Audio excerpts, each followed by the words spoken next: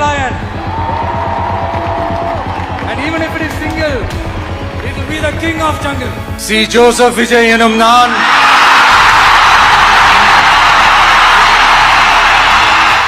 தமிழ்நாட்டு அரசின் முதலமைச்சர் என்ற முறையில் எனது கவனத்திற்குள்ளாவதும் नाट पे जहां डीएमके और एडीएमके के अलावा किसी भी पार्टी का सत्ता चलना मुश्किल था और जहां इनकी एक धारा चलती थी, उसी तमिलनाडु पे एक नई young political party Tamilaga Vetti खगम यानी टीवी के अपनी एक डोमिनेंट विक्ट्री विद 108 सीट खड़ी कर ली थी। और इसके फाउंडर थलपति विजय, जो कि तमिलनाडु के एक फेमस सुपरस्टार और तमिल इंडस्ट्री के फिल्म स्टार भी हैं, उन्हें 1977 में होने वाली एमजीआर सर जी की विक्ट्री के साथ कंपेयर किया जा रहा है। नमस्कार, मैं गीतपर्णा शर्मा गुवाहाटी असम से। आज हम बात करने वाले हैं एक खास विषय पर, जो है तमिलनाडु में टीवी के और थलपति विजय जी की बात। जिन लोगों को डीएमके और एडीएमके के बारे में पता है, तो ऐसा है कि जैसे पूरे इंडिया में कांग्रेस और भाजपा की दोनों की राजनीतिक तसल चलती है, वैसे ही तमिलनाडु पे एडीएमके और डीएमके की एक तसल चलती है। करुणानिधि और जयललिता की एक ऐसी राजनीति चली थी, उनकी वो समय की बातें, 1977 में एमजीआर सर की बातें, ये बहुत एक लॉन्ग पॉलिटिकल स्टोरी है, जो कोई भी पढ़ना चाहे उनके लिए बहुत सारे वीडियोस है, आप पढ़ सकते हैं। बट अब टीवीके की बात करते हैं। ये स्टोरी स्टार्ट होती है हमारे यंग पावर स्टार थलपति विजय सर जी से। ये रिसेंटली अपनी एक पॉलिटिकल पार्टी टीवीके स्टार्ट करते हैं, जिसके लिए इनको ज़्यादा मेहनत करने की ज़रूरत नहीं पड़ी, क्योंकि तमिलनाडु में एक ऐसा कल्चर चलता है जहाँ पे बहुत सारे फिल्म स्टार्स या फिर ऐसे फेवरेट स्टार्स जिनकी फ़ैन क्लब्स चलती है, लाइक जहाँ पे डिस्ट्रिक्ट कोऑर्डिनेटर से लेके प्रेसिडेंट्स, फिर स्टेट लेवल से लेके जिला लेवल तक, गांव तक उनकी फिल्म की ये रैलीज चलती है। जहाँ पे कोई भी फिल्म रिलीज़ हो तो ये लोग क्या कहते हैं, आप ब्लड डोनेशंस करते हैं, रैलीज करते हैं, बुक करते हैं, लोगों के लिए पार्टीज ऑर्गेनाइज करते हैं, फिल्म पूरा वो हो जाता है, एक्चुअली सुपर हिट कर लेते हैं अपने सुपरस्टार के लिए। वैसे ही थलपति विजय सर की वर्तमान में 85,000 ऐसे फ़ैन क्लब्स थे ऑलरेडी। सो जिस टीवीए की उन्होंने शुरुआत की, उसकी शुरुआत ऑलरेडी उनका जब से फिल्म इंडस्ट्री में उनकी एंट्री हो चुकी थी, तब से उनका बेस बन ही चुका था। तो टीवीए को कोई एक एक्स्ट्रा बेस की ज़रूरत नहीं थी, क्योंकि अब जब उन्होंने टीवीके को एक रजिस्टर्ड पार्टी बनाई, जो कि उनके 85,000 के फ़ैन क्लब्स को कन्वर्ट करके बनी चुकी थी, उनको कैंपेनर्स मिल गए, जो कि बीजेपी को आरएसएस का सपोर्ट था उससे मिलता है, ऊपर से डिस्ट्रिक्ट कोऑर्डिनेटर्स से लेकर स्टेट कोऑर्डिनेटर्स, ऑनलाइन मीडिया, सब कुछ एग्जैक्टली उनको मिल चुका है। अब जब बात आती है तमिलनाडु की राजनीति की, तो लोगों को जानना होगा तमिलनाडु में द्रविड़ राजनीति चलती है।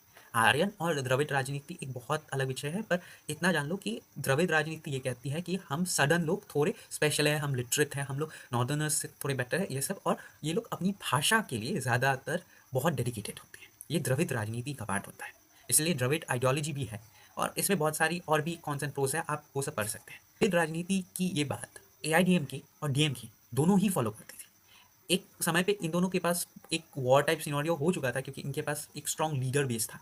अब बीच में एमके स्टालिन के पुत्र ने कुछ शब्द कहा था, उसके बाद दोनों के साइड पे बहुत सारी चीज़ें तसल में चली गई थी। अब यहाँ पे कांग्रेस यूजुअली डीएमके के साथ अलाई करती है और एआईडीएमके के साथ भाजपा अलाई करती है, क्योंकि इनकी एक बेस सिमिलर होती है एक्चुअली। अब यही राजनीतिक structure for a long time चल रहा था, पर लोगों को इस राजनीतिक तसल से अलग होना था, क्योंकि दोनों पार्टी एक तरह से सेम ही चीज़ें ऑफर कर रही थी।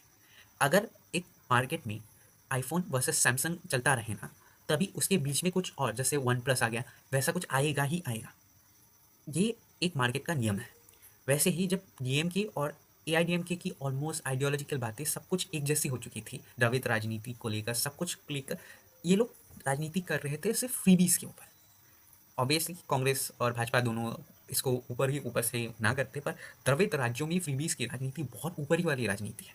आपको मिक्सर ग्राइंडर से लेके बसेस के फ्री टिकट्स, एलपीजी, बहुत सारी चीज़ें मिलती हैं।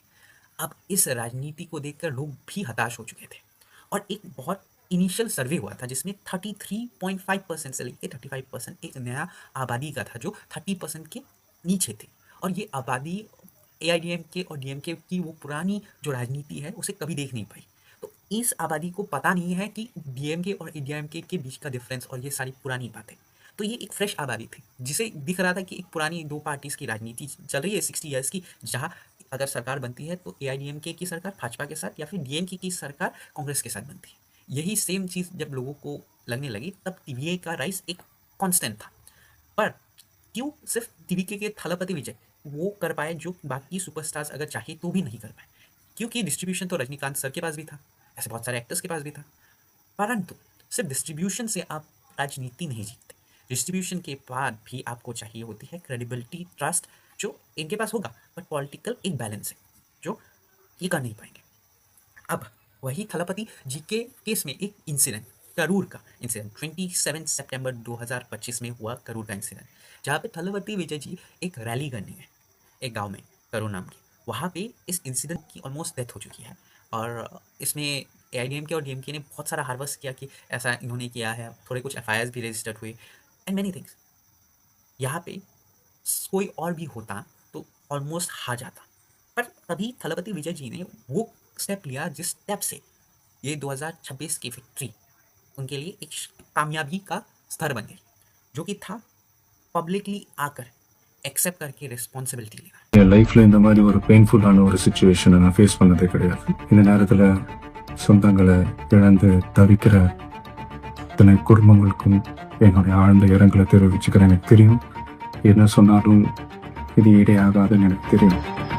जो कि तमिलनाडु में एक नई बात हो चुकी थी, क्योंकि कोई भी पॉलिटिशियन ब्रिक्स कोलैप्स हो, फिर कुछ गाड़ियों का एक्सीडेंट हो, वो क्रेडिबिलिटी और वो रिस्पॉन्सिबिलिटी लेना ही छोड़ चुके थे। वो बार बार शेक कर रहे थे या फिर रिस्पॉन्स नहीं देते थे। इसी चीज़ को लेकर इनमें तसल हो गई और यही बहुत बड़ा डिफरेंस बन गया थलपति विजय सर का सबसे बड़ा ब्रेकआउट मोमेंट। फिर इसमें एक बहुत बड़ी परसेंटेज ऑफ हेल्प की है हमारे प्रशांत किशोर जी, क्योंकि कहते हैं कि एक कोच जो अपने समय में गेम नहीं जीत पाता वो एक अच्छा कोच बन जाता है, क्योंकि उसको पता होता है कि कहाँ गलती नहीं करनी होती। बिहार के इलेक्शंस में वो सीट ज़रूर जीत ना सके, परंतु उसी एक्सपीरियंस के प्रकार वो तमिलनाडु में थलपति विजय सर को एक बहुत बड़ा हेल्प कर देते हैं कैंपेनिंग और स्ट्रैटेजी में। He was very elegant and experience on strategies related to forming a government and specially in campaigning. अब उसी कैंपेनिंग की मदद से उनका एक स्ट्रॉन्ग बेस और स्ट्रेटेजिक ग्राउंड विथ उनका पहला टीवी के फैन क्लब्स एंड ऑल, उनकी डिस्ट्रीब्यूशन, मार्केटिंग और कैंपेनिंग ऑलरेडी स्ट्रॉन्ग हो चुकी थी। तमिलनाडु में 234 सीट्स है लिटरली, और जिसका हाफ है 170। अब 117 सीट चाहिए किसी भी पार्टी को +1, मतलब 118 सीट किसी भी पार्टी को गवर्नमेंट फॉर्म करने के लिए। अब जब तमिलनाडु पे थलपति विजय ये सीट मार्क कर लेते हैं, तब एक बड़ा सुनामी हो जाता है कि किसके साथ क्या अलायंस फॉर्म होगा, किसके साथ क्या गारंटीज होगी। जबकि यहाँ डीएमके की बहुत पुरानी लाइक कांग्रेस के साथ वो थी एक्चुअली, पर सरकार बनाने के चक्कर में कांग्रेस ने डीएमके को ही छोड़ दिया।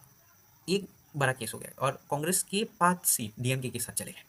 अब उसी बीच में वीसीके के और यूएमएल और आईयूएमएल के कुछ अनबन चले, फिर सीपीएम और सीपीआई के कुछ क्वेश्चंस थे बीच बीच में, कुछ वीडियोस आए, और फिर एक थलपति विजय सर के एक कार्यकर्ता ही, टीवी के कार्यकर्ता अपने आप को जला देते हैं क्योंकि सरकार बनने में बहुत होगी। और इन सारे तसल में थलपति विजय जी गवर्नर के पास 3 बार गए। अब इसमें एक गलती हो गई थलपति विजय जी से। वो गलती है कि एक रिस्पॉन्सिबल एमएलए की बात ना सुना। उन्हीं के पार्टी के एक सीनियर एमएलए ने उनको एडवाइस किया था कि आप अपने जिस वोटर काउंट पार्टी प्रेसिडेंट के रूप में आप जाइए और गवर्नर को आपको पार्टी फॉर्म करने के लिए इन्वाइट करने के लिए बोले, ना कि खुद जाइए। उन्होंने उनको एडवाइस किया, उसके बाद आप शक्ति प्रदर्शन कीजिए, पर वो नहीं माने और अपनी ओर से बार बार चले गए। इसके साथ उनको कहा गया कि लिखित में लाइए, और वहाँ पे थोड़ी बहुत राजनीति हुई, पर अंत में कांग्रेस आईयूएमएल, सीपीआई सीपीएम के साथ और आईयूएमएल के साथ इन सबको मिलाकर टोटल उनके पास शक्ति प्रदर्शन के लिए 121 सीट बन जाती है। स्टालिन जी ने कहा कि वो इसमें इंटरफेयर नहीं करेंगे till 8 months of forming the government. उसी बीच में पर एक बहुत इंटरेस्टिंग बात ये रही कि एआईडीएमके और डीएमके के साथ बहुत सारी छोटी पार्टियों ने भी अपने सारे एमएलएज को अपने अपने रिजॉर्ट में बंद करके रखा है लिटरली। ये बहुत इंटरेस्टिंग और फनी चीज़ है। अब रही बात इसकी कि इन्होंने क्या किया क्या नहीं किया, वो ऊपर की राजनीति है, पर पॉलिटिकल पावर प्ले जहाँ पे पावर प्लेयर्स बनते हैं एक्टर्स के थ्रू, सेलिब्रिटी पावर स्टार्स जो बनते हैं, ये कोई नई बात नहीं है और बहुत पहले से चलता आ रहा है। रिसेंटली पवन कल्याण सर भी वहाँ से खड़े हुए हैं और उनको भी डिप्टी सीएम की पोस्ट मिला है इसी तरीके से। अब ये आई गेस भारत के लिए अच्छा है या बुरा ये भविष्य ही बताएगा, पर एक चीज़ साबित करता है कि आइडियोलॉजिकल बेसिस भारत में बहुत तरह से कम हो चुका है, क्योंकि जो कांग्रेस बात बात पे जब डीएमके के साथ पूरी तरह से खड़ी रही, वो अपने आप को पावर के लिए एक जगह से दूसरी जगह जंप करने में मौजूद हो चुकी है। और रही बात फ्रीबीज की राजनीति, वो एक डेंजरस राजनीति है, जहाँ टीवीके के ऑफर्ड राजनीति जैसे सिलेंडर्स, 6 सिलेंडर्स अ ईयर, फिर 2500 तो जो 60 ईयर ओल्ड के ऊपर है उन वुमेन के लिए, और लोन्स एंड ऑल, ये सब मिला के डेंजरस फ्रीबी स्ट्रक्चर ऑलरेडी बन चुका है। अब ये सब तो है ही कांग्रेस का डीएमके को छोड़ के ये गवर्नमेंट फॉर्म करना, और जो डीएमके और एआईडीएमके के फ्रीबी कल्चर के अगेंस्ट थलपति बोलते आ रहे थे, उसी फ्रीबी कल्चर को यूज़ करके एक सरकार बनाना, ये है राजनीति का पावर प्ले। अंत में मैं यही कहना चाहूँगा कि किसी के पास इक्का हो या सिक्का हो, पर अंत में वही जीतता है जिसके पास हुक्म का इक्का हो। यही राजनीति का नियम है और राजनीति का परिचय है। जब तक ये खत्म हो रहा होगा, अभी बंगाल में शुभेंदु जी का सरकार फॉर्म हो चुका होगा और 12 तारीख को असम में सरकार भी बन रही होगी। अंत में आपसे मैं अलविदा मांगता हूँ। जय हिंद, जय भारत, जय संघ।